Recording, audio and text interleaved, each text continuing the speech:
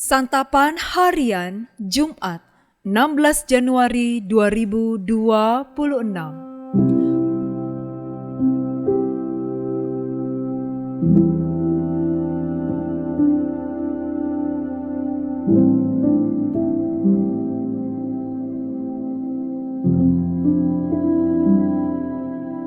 Inilah program Santapan Harian, sebuah program yang mengajak Anda menelusuri isi Alkitab, agar Anda menemukan makna firman Tuhan sesuai dengan konteksnya. Santapan Harian tertuju bagi Anda yang ingin memiliki kehidupan rohani yang segar, kuat, dan sigap. Hari ini kita akan membaca Yohanes pasal yang ke-7 ayat 25 hingga ayatnya yang ke-36. Namun sebelumnya, mari kita berdoa. Singkapkanlah mata kami, agar kami senantiasa memandang pada terang firman-Mu, dan sendengkanlah telinga kami, agar kami senantiasa menaati kehendak-Mu. Ya Kristus Yesus, inilah kami yang merindukan sabda-Mu. Amin. Yohanes 7 ayat 25-36. Kemudian beberapa orang Yerusalem berkata, "Bukankah dia ini yang mau mereka bunuh? Namun lihatlah, ia berbicara terang-terangan dan mereka tidak mengatakan apa-apa kepadanya. Mungkinkah pemimpin kita benar-benar sudah tahu bahwa dialah Mesias? Tetapi tentang orang ini kita tahu dari mana asalnya. Sebaliknya bila mana Mesias datang, tidak ada seorang pun yang tahu dari mana asalnya."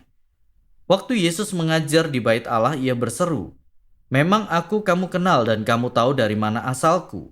Namun aku datang bukan atas kehendakku sendiri, tetapi aku diutus oleh Dia yang benar yang tidak kamu kenal. Aku kenal Dia sebab aku datang dari Dia dan Dialah yang mengutus aku. Mereka berusaha menangkap Dia tetapi tidak ada seorang pun yang menyentuh Dia, sebab saatnya belum tiba." Namun di antara orang banyak itu ada banyak yang percaya kepadanya dan mereka berkata, "Apabila Mesias datang, mungkinkah ia akan melakukan lebih banyak tanda mukjizat daripada yang telah dilakukan oleh Dia ini?" Orang-orang Farisi mendengar orang banyak membisikkan hal-hal itu mengenai Dia. Dan karena itu imam-imam kepala dan orang-orang Farisi menyuruh penjaga-penjaga Bait Allah untuk menangkapnya. Lalu kata Yesus, "Tinggal sedikit waktu aku ada bersama kamu, dan sesudah itu aku akan pergi kepada Dia yang telah mengutus aku. Kamu akan mencari aku tetapi tidak akan menemukan aku, sebab kamu tidak dapat datang ke tempat di mana aku berada." Karena itu para pemuka Yahudi itu berkata seorang kepada yang lain, "Kemanakah ia akan pergi sehingga kita tidak dapat menemukan Dia? Apakah ia bermaksud untuk pergi kepada mereka yang tinggal di perantauan, di antara orang Yunani untuk mengajar orang Yunani? Apakah maksud perkataan yang diucapkannya ini? Kamu akan mencari aku tetapi kamu tidak akan menemukan aku, dan kamu tidak dapat datang ke tempat di mana aku berada."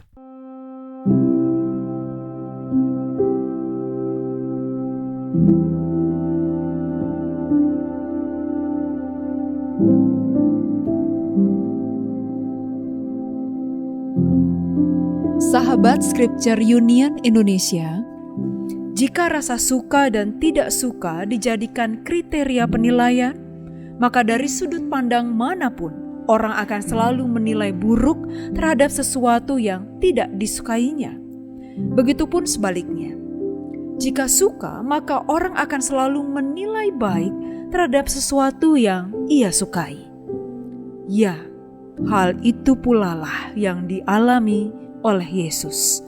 Walaupun hal yang Dia lakukan dan ajarkan benar, beberapa orang Yerusalem tetap berusaha mencari titik lemah pada diri Yesus.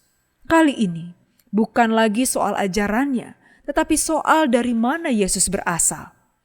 Sekalipun Yesus sudah menjelaskan, mereka tidak mau percaya. Di satu sisi mereka menyanjung Yesus karena mujizat yang dilakukannya. Tetapi pada saat yang sama, mereka juga membencinya karena berulang kali ia menyatakan diri sebagai anak Allah. Oleh karena itu, ia dinilai menghujat Allah. Mereka berencana membunuhnya. Mereka berusaha menangkap dia, tetapi tidak ada seorang pun yang menyentuh dia, sebab saatnya belum tiba. Dari kisah ini kita dapat belajar bahwa sesungguhnya segala sesuatu itu ada dalam kendali Tuhan. Tak ada satupun yang dapat terjadi karena izin Tuhan.